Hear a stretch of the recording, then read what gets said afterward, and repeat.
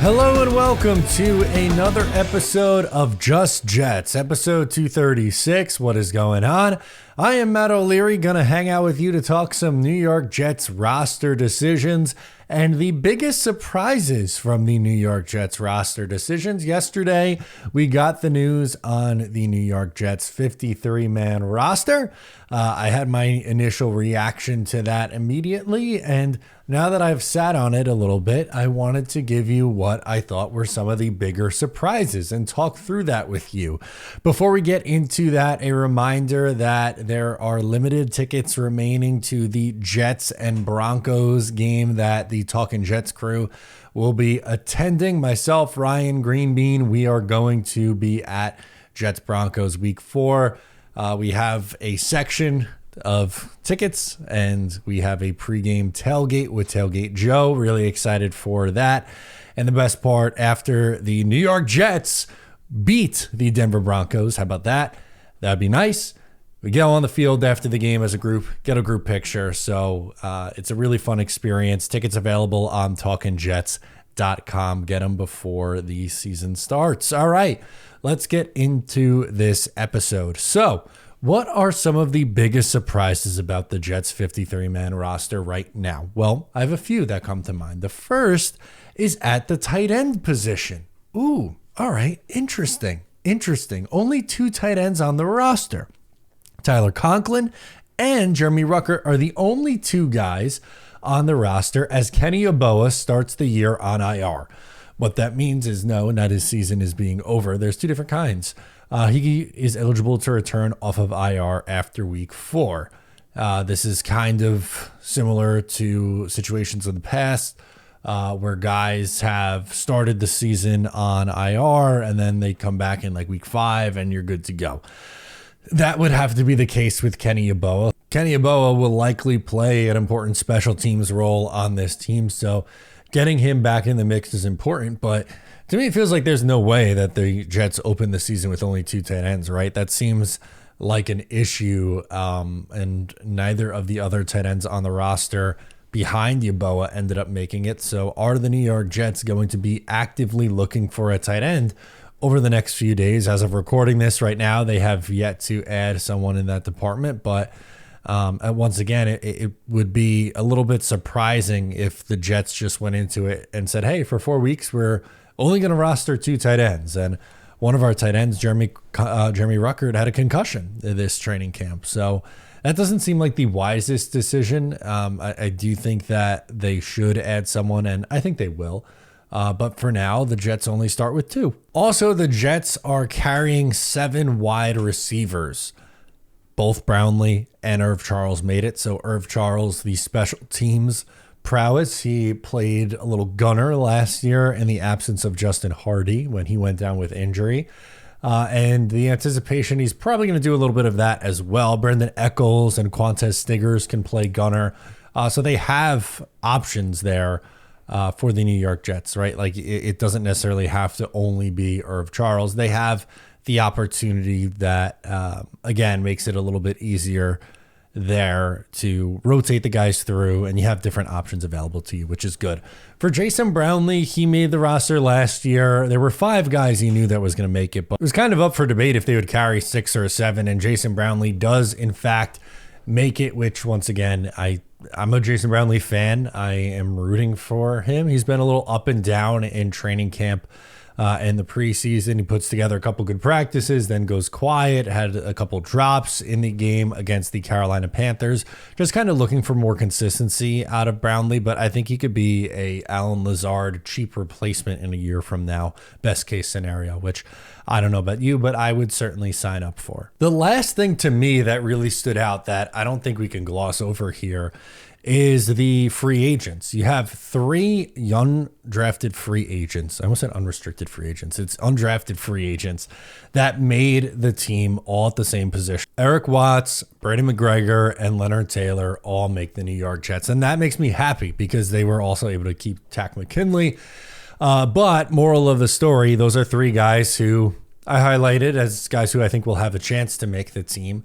All 3 ended up doing so, which is exciting, but usually you're kind of lucky if you get one UDFA to make your roster, and the Jets have 3. And we'll see how long those 3 stick, right? Because there's someone very important not included right now, which is Hassan Reddick. That would make 11 defensive linemen with Leaky Fotu on IR. So Fotu will miss the first few weeks, but there's going to be an opportunity here for each one of these guys. So for Leonard Taylor, I just mentioned Fotu is out for the first 4 weeks of the year, which means he is going to get an opportunity to play. It's going to be Quinnen Williams, Javon Kinlaw, Solomon Thomas, and obviously Leonard Taylor as the 4th guy in that rotation, which is big. He's going to get some playing time, and he's really ran with his opportunity so far in training camp in the preseason, which is great, obviously. And the part that's not so great, which is Hassan Reddick. When does he report? The whole thing there. But if Reddick is not available in week 1, well, enter Eric Watts or Braden McGregor potentially as guys who can play and maybe work their way in. For me, I liked what I saw out of Braden McGregor more than Eric Watts. I just think McGregor popped a little bit more and made some flashier plays and put more on tape. But still, and both very excited for the two of them. But that then gets us to what the heck happens with Hassan Reddick and when does that change? So let's get into that. Let's get into the Hassan Reddick situation and when we will actually see Hassan Reddick for the New York Jets. So a couple things. One, you still have a holdout going on for the San Francisco 49ers, no Trent Williams, and they're still trying to figure out the Brandon Ayuk situation, but you would like these guys to get here and get here quickly. CeeDee Lamb signed yesterday or 2 days ago by the time this is out, which that was a big contract dispute. And for the Jets, like this is the last kind of remaining thing that's holding them back. I'm not going to say that the Jets team is going to stink if Hassan Reddick's not here. One player does not make the team, clearly. And if it's a quarterback, that's a little different than an edge rusher, but I don't think we can deny the importance that Hassan Reddick has to this team and what it would mean to have him. We saw the workout videos. I was like half joking, but it's also half serious. So Hassan Reddick, as we know, a few weeks ago requested a trade from the New York Jets. The Jets did not grant that trade. Joe Douglas quickly came out and said, we will not be trading Hassan Reddick. So is now like the last card the agent is playing to be like, all right, rosters come out today, start posting workout videos, go to Temple with your, personal trainer and, start doing some drills here. That's the play. Like, is that the move? I don't understand it from Reddick's side. I think he's getting really bad advice from the agent. He needs to report. It's now longer than Darrelle Revis's holdout from 2010. This is a significantly longer holdout than what we've seen in Jets history. And I'm nervous about it. I want to make sure I hit this home. I'm not folding the season or, saying that this is it. The Jets have no shot to be competitive this year. It's just, once again, reiterating the Jets are a better team with Hassan Reddick. And now it's like, when do we see him? I've seen some people discuss later this week. I've seen a couple predictions that Thursday or Friday will be the day that Hassan Reddick reports. I hope that they are correct because I want him in the building as soon as possible. I've seen people say next week, next Monday, actually, is when a week from the first game is when he's going to report. Okay, maybe. I mean, it's possible. But honestly, like the longer this goes, and I keep saying it, but the longer this goes, the less confident I get that something's going to be done before the season. And if you had to ask me right now, I feel like he does miss the San Francisco game. Robert Saleh said yesterday or 2 days ago that there's a plan that Hassan Reddick could still play a role in week 1. And who knows, maybe he signs and they play him like 10 to 15 plays in that first preseason, in the first regular season, game against San Francisco. It's entirely possible, but again, it's a tough ask. And I don't think that's the most likely scenario. If I had to guess, I would say the most likely scenario is hold out week 1. Either the Jets lose and then they cave and they pay him, or the Jets win and Reddick's like, well, they just beat the best team in the NFC potentially without me. Let me just report and get this figured out, and something gets done, and he eventually plays. But Jets are a better team with Hassan Reddick on it. Can we figure this out? I could do without the videos at Temple of him hitting the tackling dummy.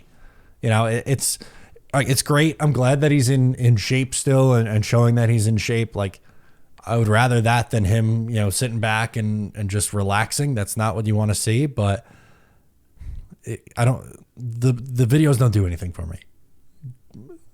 Figure it out, Joe Douglas and Hassan Reddick. It's a good week to do it. Figure it out. Last week of summer. I know summer technically goes to what? September 20th, 21st? Whatever. To me, Labor Day weekend is the official close of summer. We're getting there. A few days away from Labor Day weekend. So let's crank this thing up. Let's instead maybe get a deal done. How about that? That's a nice way to end the summer. Get a deal done. All right, we got a couple of calls this week from a couple regulars. Peter gets us started from the beautiful Hudson Valley. Wants to talk about the Jets practice squad. Now, this is a call before the roster was made. Both these calls were before the official 53 came through. But let's hear what Peter has to say, and we'll react. Hey, Matt. It's Peter from the beautiful Hudson Valley calling in this week on the eve of cutdown day, when all teams will obviously get their rosters down to 53 players. And then the next day, we can sign back up to 16 of those guys or their cuts to make the practice squad. And that's what I'm actually going to call about. Let's give some love to the practice squad this week and not just the roster. Like, I've seen yours, I've seen Buffalo Jet fan, I've seen Ryan, I've seen a lot of people's. And I think we all have a pretty good consensus as to who's going to make the roster. But let's dive into the practice squad a little bit, because we want to be able to have some of these guys around to fill in as needed throughout the season. So I think they'll obviously keep Adrian Martinez, and he'll probably dress most weeks as the emergency quarterback for now, depending on what exactly happens with Jordan Travis, if he stays on the FI list or if he goes to like a short-term IR. But I think for now, at least he'll be around. I think we'll have probably Jason Brownlee and Brandon Smith as a couple of wide receivers on the practice squad. I think Xavier Valade, his play in the Giants game at running back, will earn him a spot there as well, because I think Izzy is going to make the 50. He did. I think it's going to be somewhat controversial to say Saxon should stick around on the practice squad and see if another year of seasoning might help him out, but it's hard to say. If he doesn't develop by the end of this season, I think they cut ties and that's it for him. I think they keep a couple of interior offensive linemen, like, say, Chris Glazer and either Brady Latham or Cole Laveo. I like Cole Laveo a lot, so I hope they kind of keep him. I also think they keep Austin Deculus, one of the tackles, around, because he can be a good swing tackle. Someone they took off the scrap heap last year, and I hope to develop into a decent tackle. On the defensive line, obviously, I don't think that Tenzel Smart's going to make the roster. Jalen Holmes, Bruce Hector. So I think a lot of those guys will be on the practice squad. Unfortunately, our cross-stadium and town rivals and nearby Anthony will probably want to pooch several of those guys for the interior of the Giants or other teams, but we'll see what happens. I think if they only keep 4 linebackers, Chasharat makes the practice squad. I don't think either Sam McGuavin or Selena McCurry Ball does, all because of their special teams ability. I hope Codrington clears and also makes the practice squad for now. No. And Jalen Key as well, and Austin Siebert if he's not claimed by another team, only because of the yips we saw a little bit by Greg DeLake in that last preseason game. So hopefully the roster and the practice squad altogether will give us a good idea of who we're starting out with at the beginning of the season, and we'll look forward to seeing them again. Oh, got cut there at the end, but I wanted to go through and pull up the Jets website's not loading for me. I guess it's getting crashed right now. I believe someone tweeted out what the Jets roster ended up looking like, of guys who ended up being cut here.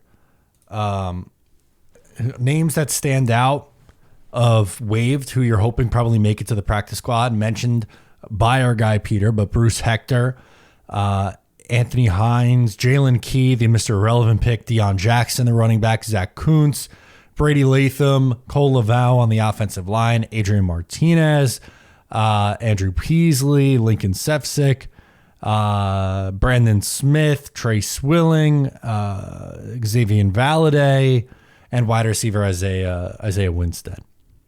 So what I wanted to, those are all names who they're going to try to add to their practice squad. We'll see if anyone ends up getting claimed. It hasn't happened yet, but again, we'll see. A lot's going to change in the next few days, and we'll react and comment as needed. But you mentioned Codrington, which I didn't get into in the beginning. So the Jets, before the 53 came out, they announced that they traded Codrington to the Buffalo Bills, an in-division trade, a rare in-division trade. I don't mind it. So I'll talk through it with you. Now, in a perfect world, would I have loved to send Codrington somewhere else, not in division? Of course. But if your options are waive Codrington and there's a chance he gets picked up by the Bills anyway, or trade him and get something in return, which is a 2026 pick swap, which is, again, not a surprise. I thought maybe there's a chance that the Jets would do that with Izzy. A team like the Dallas Cowboys seemed like they were interested in Izzy Abanikanda. He ends up making the team. I'm happy for Izzy. He had a really good preseason after a really quiet OTA and mini camp period. So that's a really positive sign. And again, I'm happy for Izzy Abanikanda here, but Codrington will not be on the practice squad. And I'm okay with them trading him. I'm nervous because I think he looked a little bit more comfortable than Xavier Gipson, to be completely honest with you. But this is a numbers game. There's only so many guys that you could keep. There's only so many practice squad spots, and Codrington he's just a returner. He doesn't really give you anything at corner, unfortunately. Bills need a returner. They're going to roster him, and I bet he's their week one punt and kick returner. And I think he does a nice job for them. Hopefully he just doesn't run one back against the New York Jets, because that would be just too real. PG from Long Island, what do you got for us, bud? Hello, Matt O'Leary. How are you, PG sir? from Long Island here. Couple things. One, listen to your 53-man roster prediction. Really, just about all of it. One thing I will say, especially after the game the other night, like to see Izzy stay on as the fourth running back if we keep one. And like you mentioned in the YouTube, I saw if we're not able to trade him, which would be interesting as well. If we decide to keep three. The other thing is,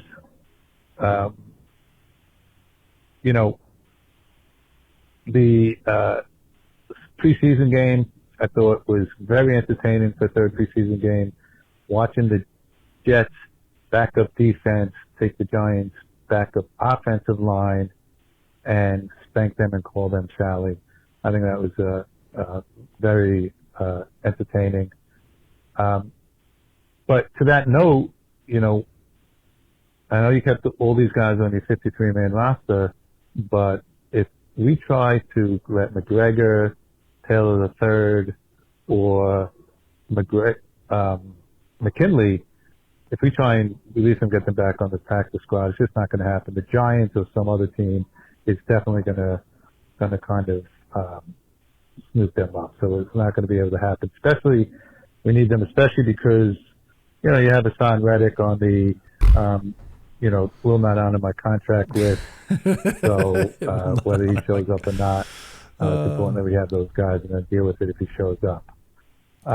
So I'm calling on Monday night. Obviously, the roster cuts tomorrow at 4:00. So if you play this on Wednesday, you're already going to know.